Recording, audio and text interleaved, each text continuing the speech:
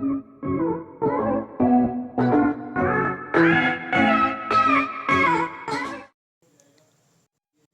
friends, welcome back to my YouTube channel.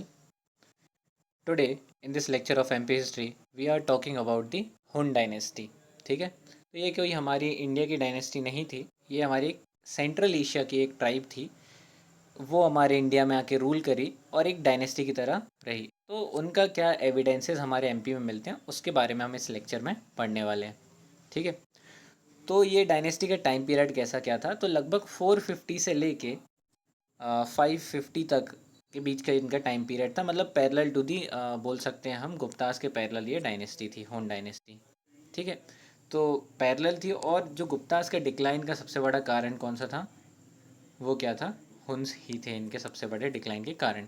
क्यों? क्योंकि कुमार गुप्त के टाइम पे इनके बहुत ज़्यादा रिपीटेड इन्वेजन्स थे। कुछ टाइम तक उन्होंने रेजिस्ट भी किया, लेकिन आगे चल के हुन्स ने बहुत ज़्यादा इनकी गुप्ता डायनेस्टी को बहुत ज़्यादा बोल सकते हैं हम फाइनेंशियली भी और मिलिट्री बेसिस पे भी बहुत ज़्यादा वीक कर दिया था। ठीक है, फिर अगर हम बात करते हैं तो इनका एक्सटेंड कैसा था। ठीक है, तो अगर इनके एक्सटेंड की बात करें तो इन्होंने सेंट्रल इंडिया में मालवा तक इन्होंने पूरा अपने एरिया को एक्सटेंड किया हुआ था। तो दो ऐसे किंग्स हैं हुन डायनेस्टी के जो कि हमारे एमपी से रिजेंबल करते हैं। One is the Toraman and the other one is the Mihirkul. तो पहले बात करते हैं तोरामन की। तो तोरामन ने ही हुन डायनेस्टी को हमारे इंडिया में इस्टेब्लिश किया था। तो अगर तोरामन की बात करें तो इन्होंने मालवा के ऊपर रूल किया था। और इसके बाद बात करें तो कितने एरिया तक पूरा एक्सटेंड किया था, तो ऐसा बोलते हैं कि जो मध्य प्रदेश का सागर है वहाँ से लेके पंजाब तक इन्होंने पूरे अपने एम्पायर को एक्सटेंड किया था इतने में।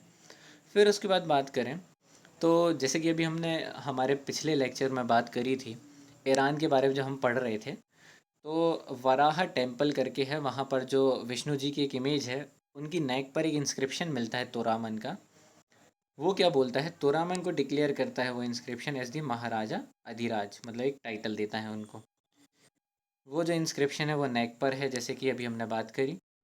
फिर इनको सक्सीड किया इनके ही बेटे ने, जिनका नाम था मिहिर कुल। अब मिहिर कुल से रिलेटेड एमपी में क्या एविडेंस मिलते हैं उनकी बात करते हैं।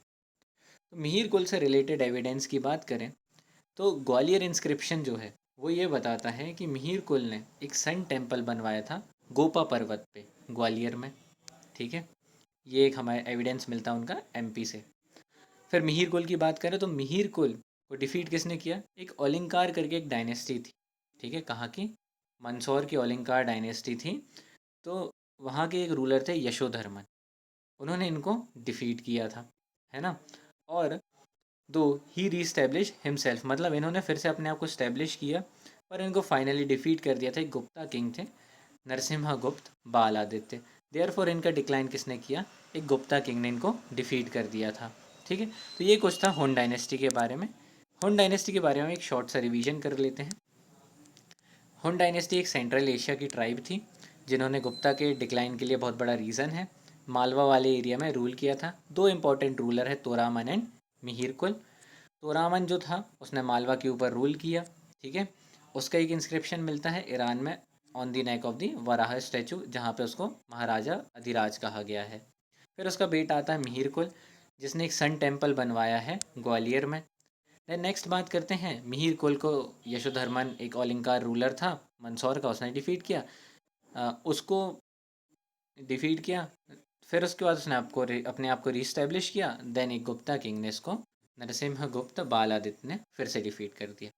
अब देखिए, अभी हमने हुन डायनेस्टी के बारे में बात करी, पर गुप्तास के बारे में बाद बहुत सारी छोटी छोटी डायनेस्टी हमारे मध्य प्रदेश में रूल करती थी।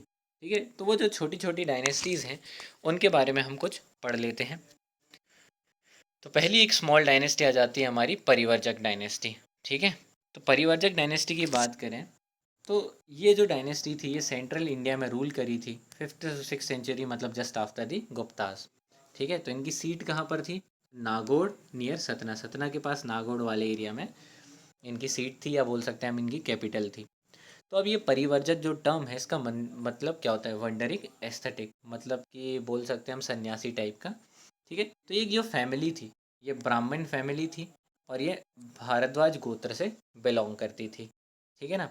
फिर अगर हम आगे बात करते हैं तो जितने भी इनके किंग्स थे उन्होंने क्या महाराजा का टाइटल एज्यूम किया था, अपने आप को ये महाराजा बोलते थे। ठीक है।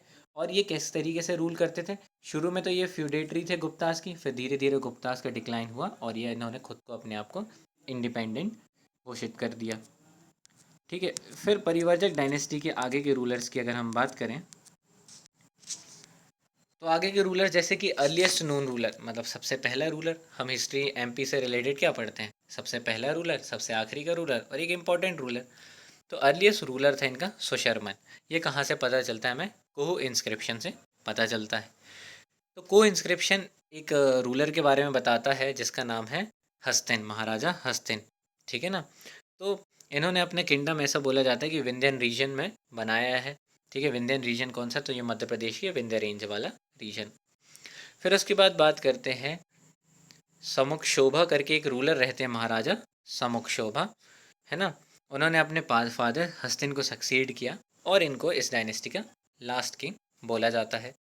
ठीक है। फिर उसके बाद नेक्स्ट डायनेस्टी आती है, एक छोटी सी डायनेस्टी, नल डायनेस्टी, जो कि कहाँ पर? बस्तर, मतलब बस्तर अभी प्रेजेंट डे ये छत्तीसगढ़ में आता है, वहाँ पर ये डायनेस्टी रूल करती थी। ठीक है। इस डायनेस्टी का हमें मेंशन मिला भी है एक जगह, ह्यून सेंग जो कि एक चाइनीज़ ट्रेवलर था, उनके अंदर। तो इनके बारे में हम क्यों पढ़ रहे हैं? तो नल डायनेस्टी एक फ्यूडेटरी भी थी गुप्तास के। ठीक है। और दूसरी चीज़ ये एमपी से रिजेंबल करती थी। अब नेक्स्ट डायनेस्टी आ जाती है मैत्रिका डायनेस्टी। अब मैत्रिका डायनेस्टी की सीट ऑफ पावर थी वल्लभी, गुजरात में। ठीक है। पर इनका एक्सटेंशन कहाँ तक था? मालवा तक इनका एक्सटेंशन भी था, क्योंकि इनके इंस्क्रिप्शन मिलते हैं हमें कहाँ से? रतलाम से मिलते हैं। और हमें कहाँ से मिलते हैं इनके इंस्क्रिप्शन? नागदा से। ठीक है। जो कि उज्जैन के पास प्रेजेंट है, मतलब कि उज्जैन डिस्ट्रिक्ट में आता है। ठीक है। तो ये थी एक छोटा सा मैत्रक डायनेस्टी के बारे में। ठीक है। फिर हम आगे की डायनेस्टी की बात करें तो दो और डायनेस्टी के बारे में हम पढ़ेंगे। वो आ जाती है मोखरी डायनेस्टी। मोखरी डायनेस्टी भी फेड्यूटरी थी गुप्तास की। ठीक है। ये रूल कहाँ से करते थे? तो ये कन्नौज उत्तर प्रदेश से रूल करते थे। अब हम इनको क्यों पढ़ रहे हैं? तो असीरगढ़ करके जो जगह है, ठीक है, बुरहानपुर में, वहाँ पर इनकी कॉपर सील्स हमें मिलती हैं, इसलिए। फिर पांडव डायनेस्टी की बात करें तो पांडव डायनेस्टी गुप्ता की फेडिटरी थी, जो कि मैकाल रीजन में रूल करती थी, जो कि शहडोल के आसपास का एरिया है। ठीक है। तो ये छोटी छोटी डायनेस्टी थी, इनका एक बार हम रिवीजन कर लेते हैं। ठीक है।